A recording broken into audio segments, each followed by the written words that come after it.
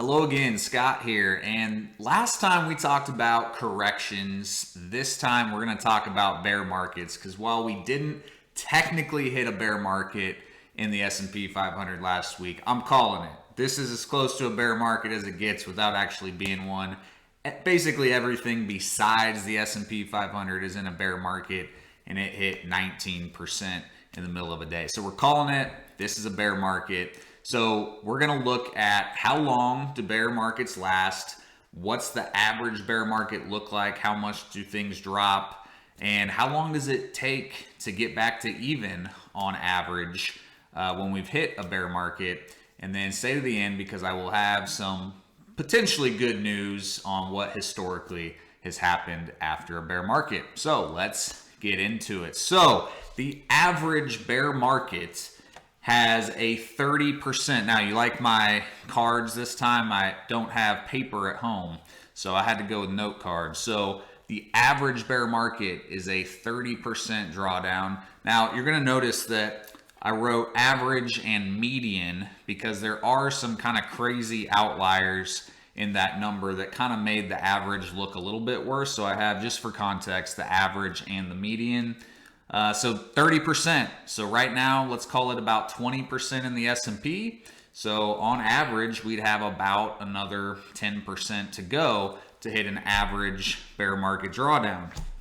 Now, the average time that it takes to go from the peak to the bottom of a bear market is 338 days and 196 days for the median. So a little bit under a year to go from the peak to the bottom. So it's kind of painful to go through a bear market, much more painful than a correction. They last quite a bit longer. And if you remember last time, we talked about how a bear market on average has only occurred once every 7 years, whereas corrections happen all the time. They happen every 1.5 to 2 years.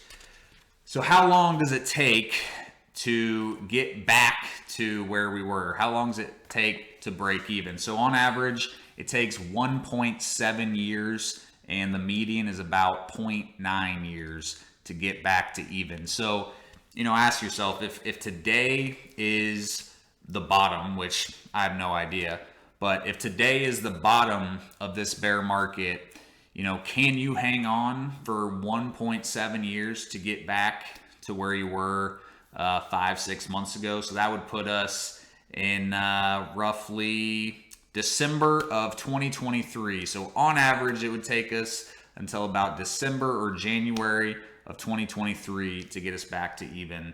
That doesn't sound too bad to me based on how kind of scary things feel right now and how bad it feels to see your account drop at the rate it has been. So everything we looked at here was S&P 500 numbers. And by the way, I owe these numbers to a blog called A Wealth of Common Sense. There's good information out there. So I took these numbers straight from there. He did the research. I can't take credit. I'm trusting that his numbers are right.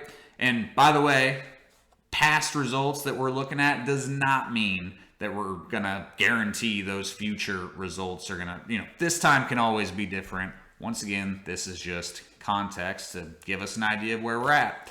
Now, how about the NASDAQ? Now, I'm not going to give you all the numbers I just gave you, but I did find some interesting numbers because the NASDAQ, from the time that a bear market occurs, the 1 year forward return on average is about 22%.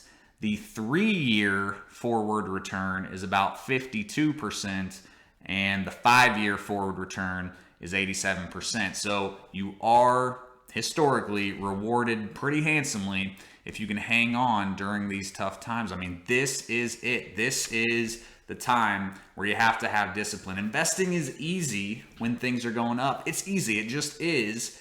This is it. This is the time that it's hard. This is the time that we have to look long-term, think long-term. And you might be saying, Scott, I'm retired. I'm not putting more money in. I don't have the long-term. Well, a lot of your money still is long-term. If you're 65 and you plan on living a decently long life, I mean, you have 20 years that your money has to last you. You have maybe 30 years that your money has to last you. You still have money that has to grow, that you have to hang on to and deal with these turbulent times. Now, remember that number we looked at, that survey that talked about how many people were bearish? And remember I said last time it was 59% of investors were bearish. Well, I don't know if this is good news or bad news to you, but only 49% 2 weeks later are bearish. So we're rapidly going down, down about 10% just in the last 2 weeks. So hopefully that's a good sign of investor sentiment shifting positive again, and we'll see how things go. We don't know what's going to happen, but hopefully this gives you some context of where we're at in what is, I'm officially going to call, a bear market year in 2022. Okay, so hang in there. I mean, I know it's hard.